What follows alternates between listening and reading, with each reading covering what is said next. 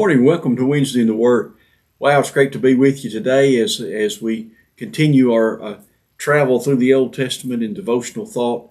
In the book of Ezekiel today, we find some interesting verses in chapter 4. Don't know if you ever heard a sermon on this passage or not, but maybe I could start off like this. What is the strangest thing your preacher has ever done? Now, please do not answer that, nor should you put that on Facebook.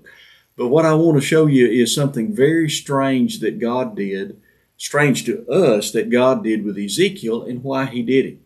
In the book of Ezekiel in chapter 4, he said, "Son of man," and that was his terminology for his prophet Ezekiel, "take a clay tablet, lay it before you, portray it on it the city, Jerusalem. Lay siege against it, build a wall against it, heap up a mound against it, set camps against it, and place battering rams against it all around. Moreover, take for yourself an iron plate, set it as an iron wall between you and the city. Set your face against it, and it shall be besieged, and you shall lay siege against it. This will be a sign to the house of Israel." Now, why would God say this to the prophet? He has already told Ezekiel, he said, "I'm calling you to be my prophet. I want you to preach. I'm going to tell you exactly what I want you to tell my people. I want them to know that I know about their sin, that I know about their transgressions and the willfulness of their heart." But he said, "I know something else about them. Their ears are closed, their hearts are hard, and they're not willing to hear what I have to say." And so he uses Ezekiel as an object lesson, if you will. He has him gather these things up and shows this little model that Ezekiel is going to make of a besieged city of Jerusalem. And then to go further, but if we go down in the passage, he tells Ezekiel, "Now I want you to lay on one side for 390 days. Each day represents the number of years that the northern tribes have sinned against me." And then he said, "I want you to lay on your other side for another 40 days. And this is the number of days to fulfill the punishment on Judah and the southern tribes for what they have done." So you think about it, this prophet was out there with his little clay tablet and this little model of a sieged city for over a year. Now, as people would walk by him on the streets, and no doubt they did many times, and perhaps even brought friends by to see him and to show what he was doing, you could see his body, and you can imagine as he lay on one side and then he finally turned over to the other for the last 40 days, his body was going down in strength and health. His color was probably not good. He was in difficult physical condition, and all this deterioration of his own physical body showed Israel what they would go through, and Judah what they would go through because of their sin. Now, what about this? What does this tell us today? Well, think about this situation.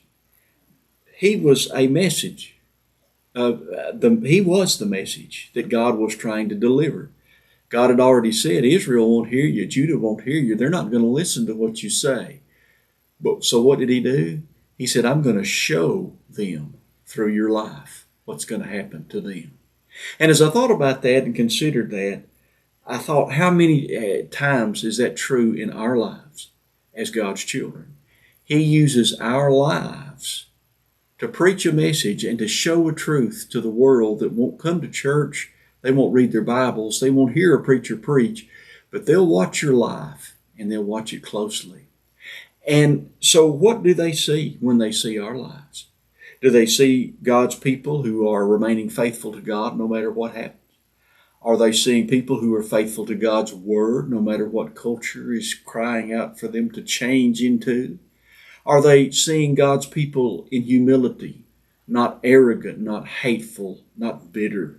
Are they seeing God's people who are giving God the glory for everything and not taking credit for all good things themselves? Do we continue as God's children in dark days like these people were facing in Ezekiel's day? Were they continuing in a manner of love and showing the love of God to others? Well, all of these things are good questions for us. There was an old hymn in the hymn book, "You're the Only Bible Some People Ever Read," and some of you might have sung that. And so often that's true.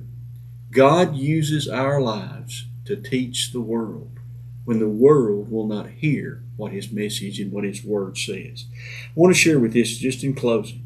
In the New Testament, 1 Corinthians chapter 4, verse 13, the Apostle Paul said, "When we are slandered, we answer kindly.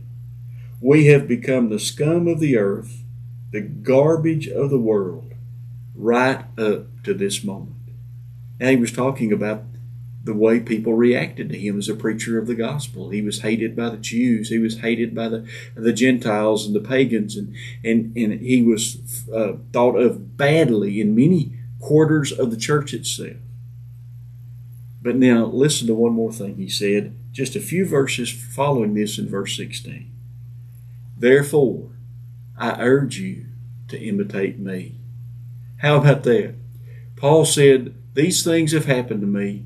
People look down on me. People think little of me because I love the Lord.